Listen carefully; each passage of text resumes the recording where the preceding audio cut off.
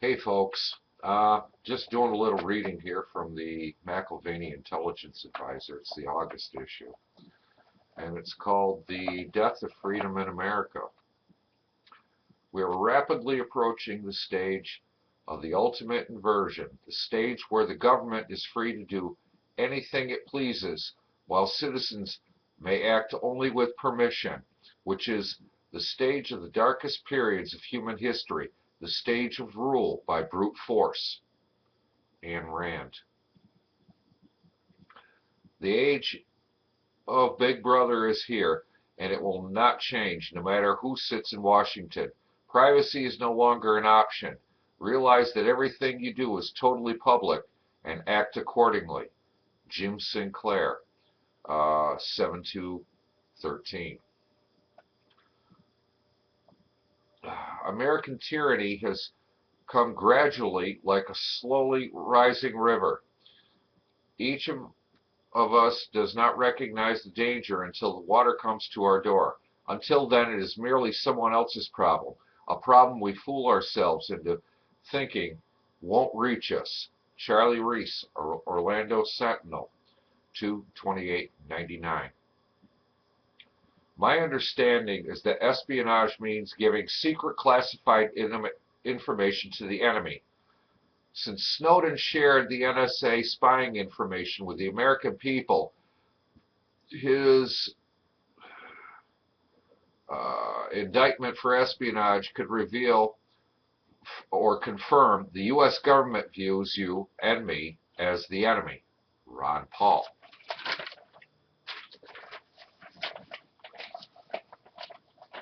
The death of freedom in America and the rise of the new evil empire. Is America becoming the world's new evil empire? This is a question that is now beginning to be asked around the world, and even in nations such as Russia, China, Muslim countries, in Latin America, etc. And now more than ever, the NSA global spying scandal and the U.S. government's and establishment's arrogant response to this worldwide spying in the UN, by the UN. America's insane foreign policy. What about America's bipartisan foreign policy of involvement in endless wars? Is Iraq really better off since George W. Bush overthrew Saddam Hussein? Bush helped turn a formerly stable country that was largely armed by and friendly to America in the 1980s under Bush Sr.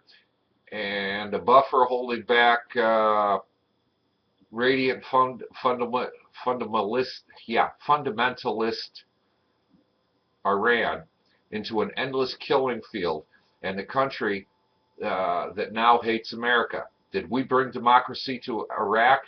Is Afghanistan better off after years of U.S. occupation? Is Pakistan better off after hundreds of U.S. drone attacks, which have killed many innocent civilians, all in the name of installing democracy in the region? And what about Libya and Egypt, where America spent billions of dollars in arms and billions more in Egyptian election funding to bring the radical Muslim Brotherhood to power? 33 million angry Egyptians who just overthrew the Muslim Brotherhood in Egypt know the ugly truth about America.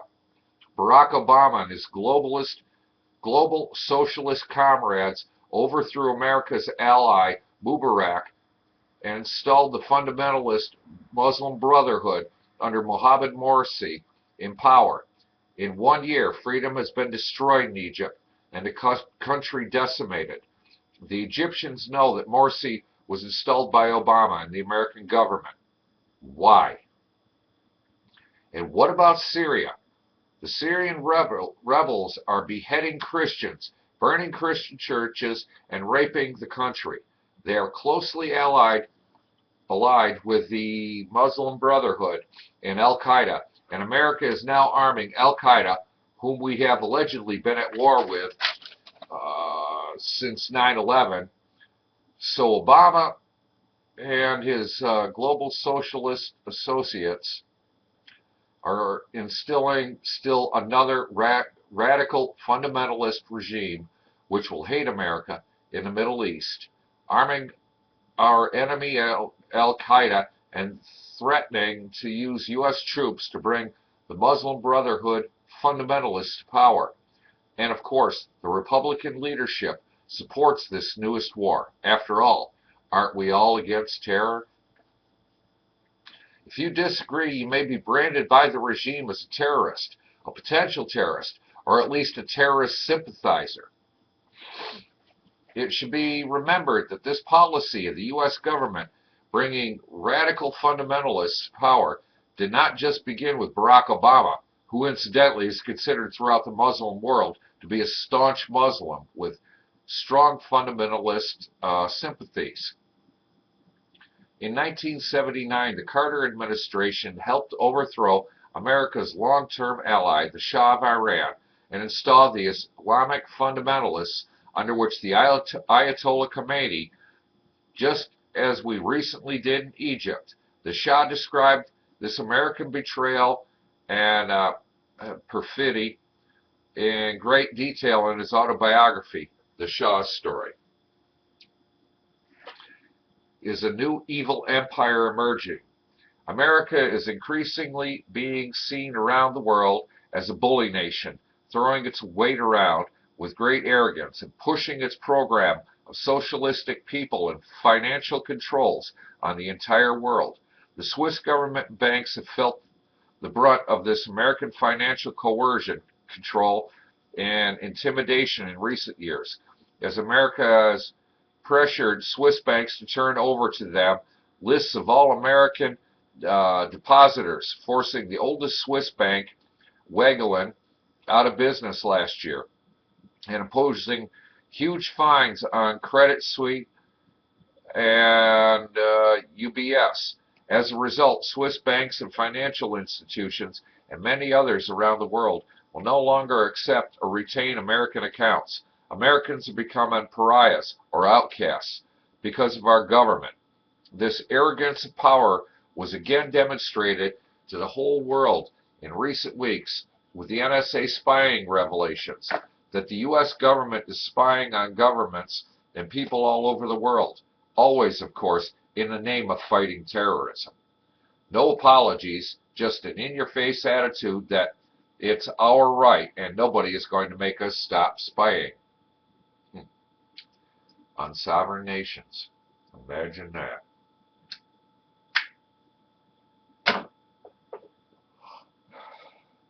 Incredibly, a number of Western governments, think UK, Germany, European Union, Canada, Australia, New Zealand, even Singapore and India, are going along with and even participating in these U.S. instigated or dictated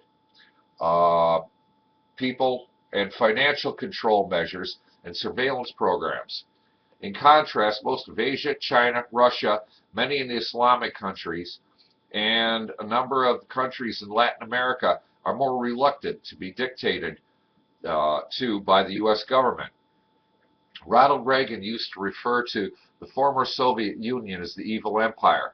That is now how a growing number of people and nations are beginning to view America today.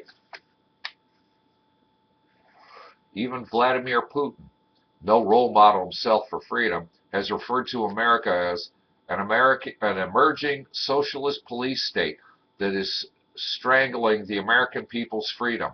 And the Russian press has been writing stories regarding Americans' loss of freedom. Much of the world, excluding the majority of the brain-dead Americans, see Edward Snowden as a hero, a courageous David who stood up at great personal sacrifice to the evil Goliath, i.e. the American government, who is spying on everyone. Respect for America around the world is cratering. Needless to say, respect for America is cratering all over the world, while fear of America is growing everywhere. The American government's open willingness to assassinate those it calls its enemies anywhere in the world, including on U.S. soil, with drones, in teams, disappearances, poison, stage accidents, etc., or incarceration without trial or legal recourse, or torture, think Guantanamo, says a lot about its respect for human life, freedom, the rule of law, etc. Most Americans have gone along with these unconstitutional measures because, after all, we must fight and win the war against terrorism, and besides, terrorists should have no rights. But what happens when innocent Americans, or those who are critics of the government, or conservatives, Tea Party activists, gun owners, veterans, or Bible-believing Christians are labeled as terrorists or potential terrorists, as is now being done by the Obama regime?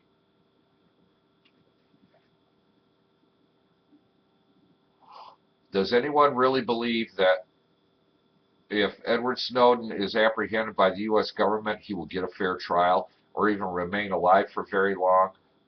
The U.S. government must make a graphic example of what happens to whistleblowers to discourage anyone from following the Snowden's footsteps and revealing more of the unconstitutional, illegal activities of the government.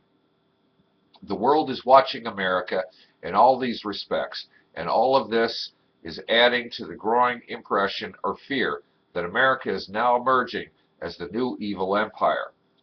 Meanwhile, the U.S. government, the Fed, and Wall Street are helping to push the world to the brink of financial disaster, are stealing tens or hundreds of billions of dollars from the people, have created a quadrillion-dollar derivatives pyramid that threatens the entire world financial system, and are blatantly and illegally manipulating financial markets, including at present the precious metals markets.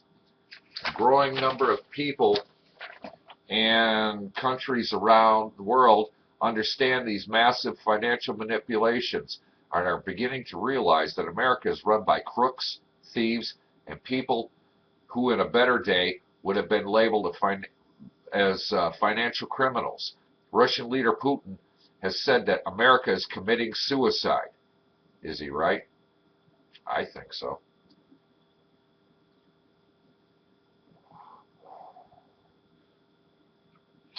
Why is all this happening?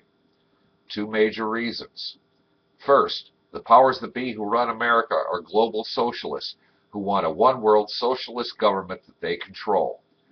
They believe they must first convert America into a socialist police state, destroy all traditional, moral, cultural, family, and spiritual values, and weaken America so it can be merged into that world government as an approximate equal with Europe, China, and perhaps a bloc of radical fundamentalist Islamic states in the Middle East. This is the New World Order that Bush Sr., Gorbachev, Kissinger, and other establishment types talked about hundreds of times. Major quantum change comes out of chaos. Think political, geopolitical, war, or global financial collapse, which could be just around the corner.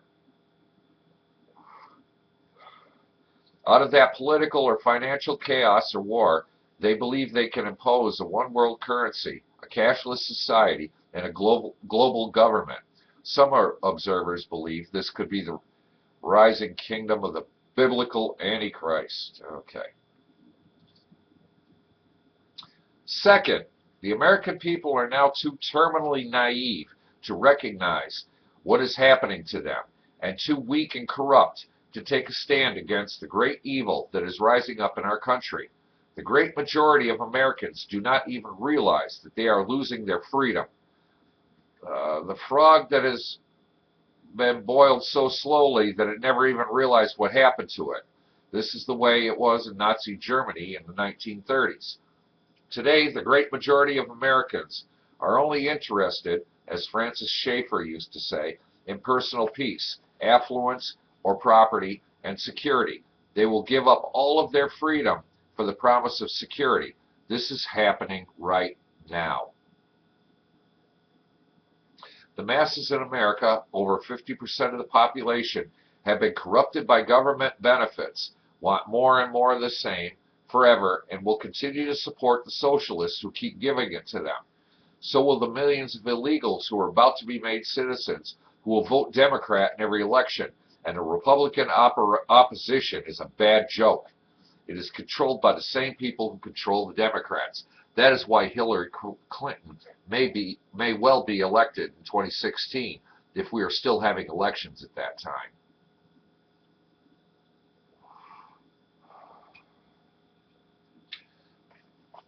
The majority of Americans have been incredibly dumbed down by the government-controlled media and educational system, now next to nothing about our history or our Constitution, and no longer have any real concept of freedom.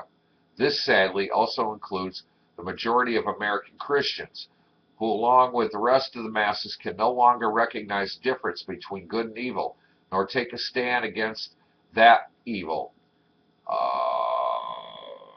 Okay. The Land of the Blind, The Illusion of Freedom in America.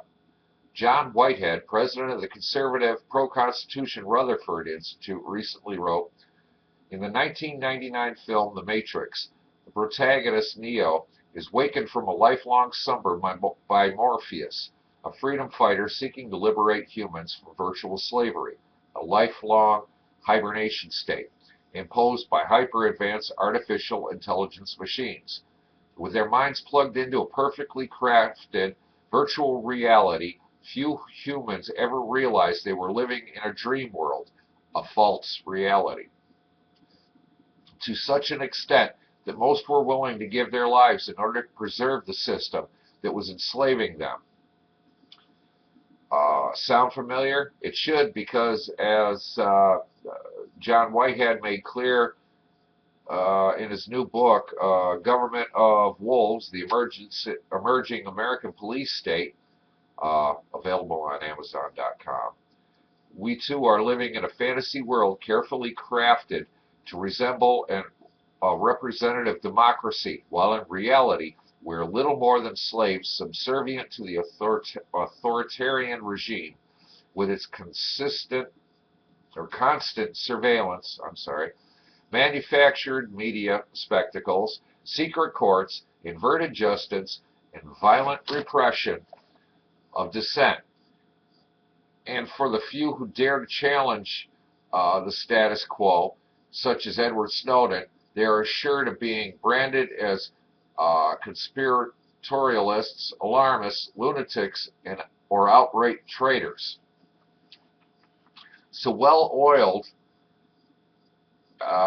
and interconnected are the cogs, wheels, and gear shifts in our government machinery that it can be almost impossible to decipher where the fault lies when something goes awry.